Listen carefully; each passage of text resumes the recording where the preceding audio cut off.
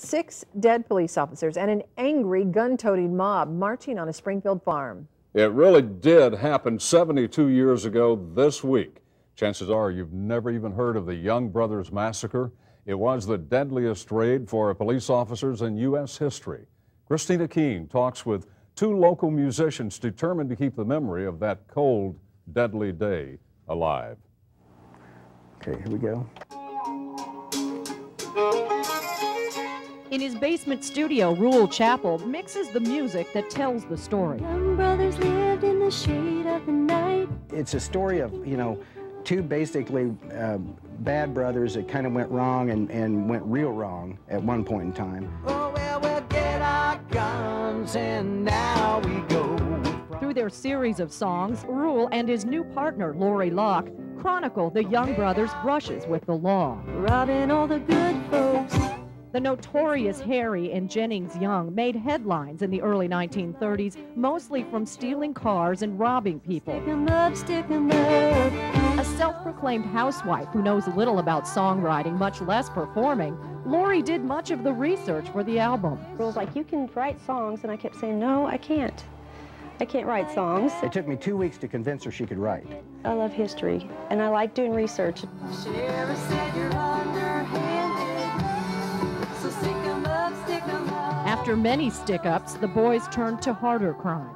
Harry shot and killed a cop during a roadside traffic stop.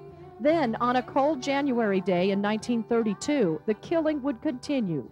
The boys sat holed up in the family's farmhouse west of Springfield when law officers came looking for them. One by one, as the officers approached the house, the young boys fired deadly shots. Within minutes, 6 Springfield police officers and Greene County deputies lay dead. It was the largest law enforcement massacre during a raid-type situation ever in history, and it happened right here out on Hazeltine Road. Today, the farmhouse still stands by itself in a field off Farm Road 148. One of the songs on the album pays tribute to the officers who fell here. They were the good guys. Though it's no longer owned by the Young family, the house stands as a testimony to a legend, one that's faded into obscurity, but perhaps not forever. Good job, Lori. Thanks. Rule and Lori hope that the album will be used as part of a documentary detailing the Young Brothers Massacre of 1932. 20 years ago, Rule was asked to do music for a movie, but that movie was never made. It's hard to believe with so many different subject matters that movies have tackled that one hasn't been made about this. It really is amazing. And I think Rule Chappell really knows how to spot talent, don't you?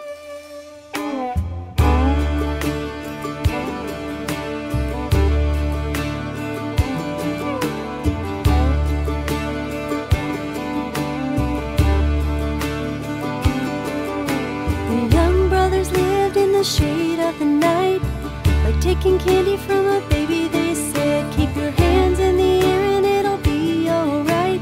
Do you know good to be rich and dead? Robbing all the good folks. They'd steal a blind man's cup, because life is a big joke. So stick 'em up, stick 'em up.